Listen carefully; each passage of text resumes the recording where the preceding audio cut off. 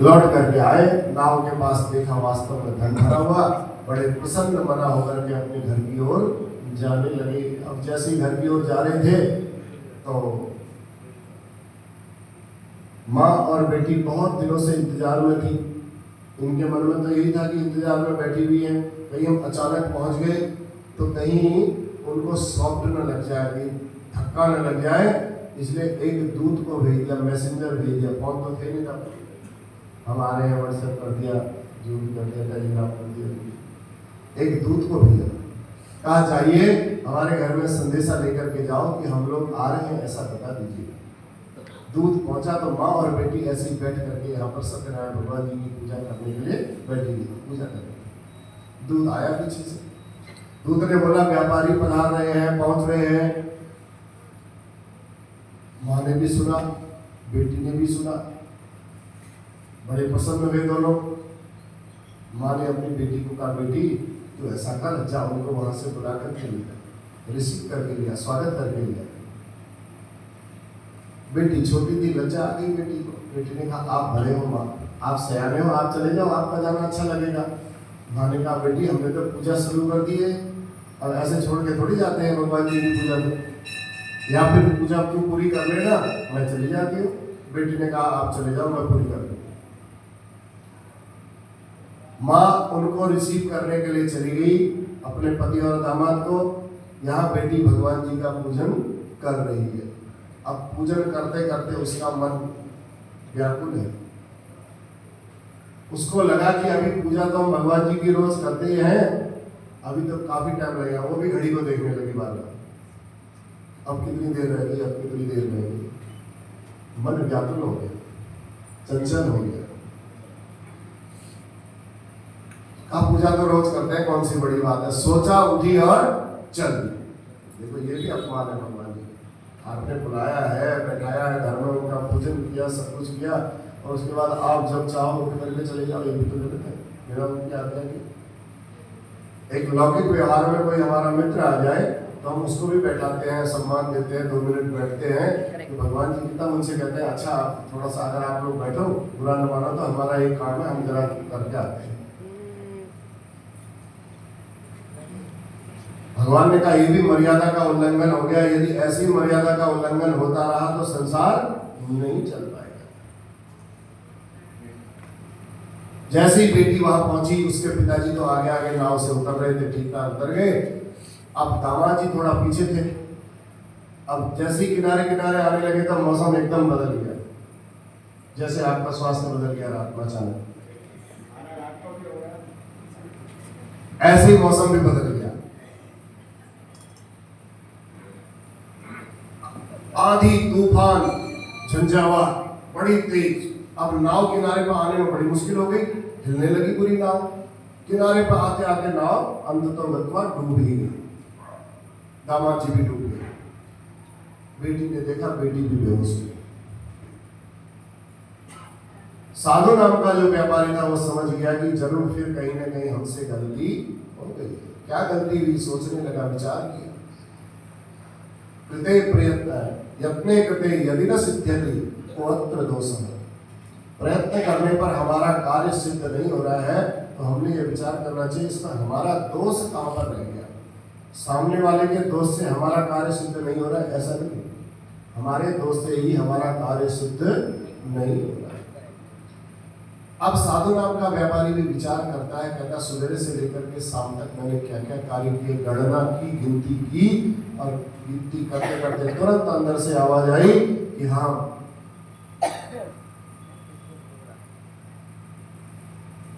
विचार करते करते तुरंत साधु नाम का व्यापारी सोचने लगा कि हमने भगवान जी से प्रॉमिस किया था कि प्रभु हम आपका कभी विस्मरण नहीं करेंगे, तो कहीं ना कहीं हमसे गलती हुई है, तो गलती क्या होगी।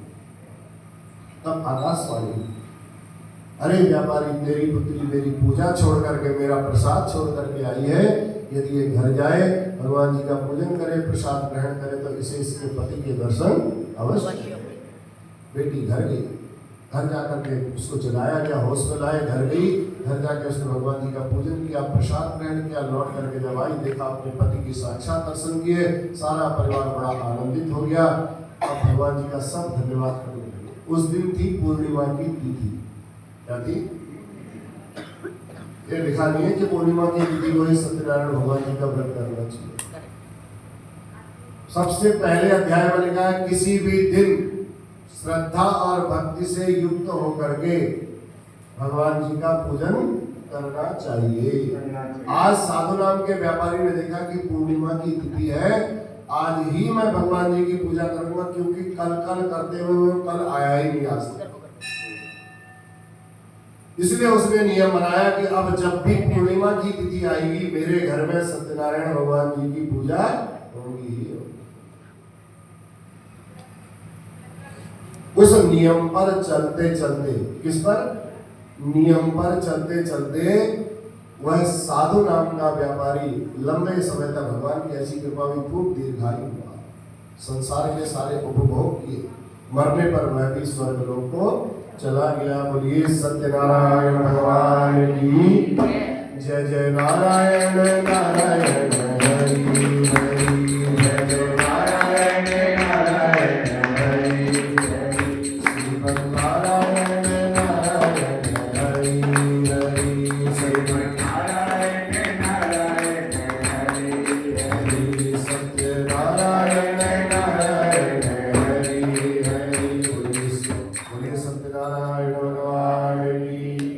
ऐसे एक तुंगध्वज नाम के राजा थे। कथा में नींद भी आ रही है, मन भी लग रहा है, छोड़ने का भी मन हो रहा है, होता ही है कथा का। भक्ति की विशेषता है, भक्ति में मन लगने नहीं देते, नहीं तो आप भगवान के हो जाओगे अगर भक्ति में मन लगे तो। सांसारिक माया मोह सब छूट जाएगा और फिर परमानंद की प्राप्ति हो जाएगी। अब परमानंद लेना नहीं चाहते, इसलिए फिर मन कट जाता है। कई लोगों को नींद भी आ रही है, आनंद भी आ रहा है, कई लोग कथा सुनते सुनते भी नींद ले रहे। दो प्रकार है, देखो, एक नींद कथा में सो रहे हैं, एक कथा सुनते सुनते सो रहे हैं, दो प्रकार के लोग हैं। ठीक है, तो यहाँ भी तुंगध्वज नाम के राजा थे, उन्होंने भी भगवान जी के प्रसाद का त्याग कर दिया। यहाँ बेटी घर गई थी, उसने घर जाकर के भगवान जी का पूजन किया था, लौट कर आई थी, फिर अपने पति के दर्शन किए, सारा परिवार घर आया था, फिर पूर्णिमा के दिन उनके घर में कथा। तो यहाँ तुंगध्वज नाम के राजा थे, इन्होंने भी प्रसाद का त्याग कर दिया। बच्चे छोटे छोटे गायों को चराने के लिए जंगल में आए थे, घर में देखा बच्चों ने ऐसे ऐसे पूजा होती है, कोई दूध दही लेकर के पहुंच गए, कोई प्रसाद बना के, कोई फल लेकर के। सब बच्चों ने नदी के किनारे से सालिग्राम भगवान जी उठाए, उनका पूजन किया, और भगवान जी का पूजन के बाद राजा पर नजर पड़ गई तो राजा को बुला करके आ गए, कहा राजन आइए, हमने भगवान जी का पूजन किया, उसका आप प्रसाद ग्रहण करिए। राजा आ तो गया, देखा बच्चे बड़े छोटे छोटे कैसे भगवान जी का पूजन कर लिया, मन में विचार कर लिया। बच्चों से कुछ पूछा, क्वेश्चन आंसर किए, बच्चे तो बड़े सच्चे। बच्चों से पूछा कुछ नहाए हो? हमने पूछा था आपसे, बच्चों से पूछा नहाए? बच्चे तो बड़े सच्चे थे, बच्चों ने कहा हाँ जी हम तो नहा गए। कुछ बड़े और सच्चे थे, उन्होंने कहा हम तो नहीं नहाए, बहुत ठंड हो रही है, सवेरे सवेरे नहीं नहाते, हम तो कथा सुनने के बाद नहाते।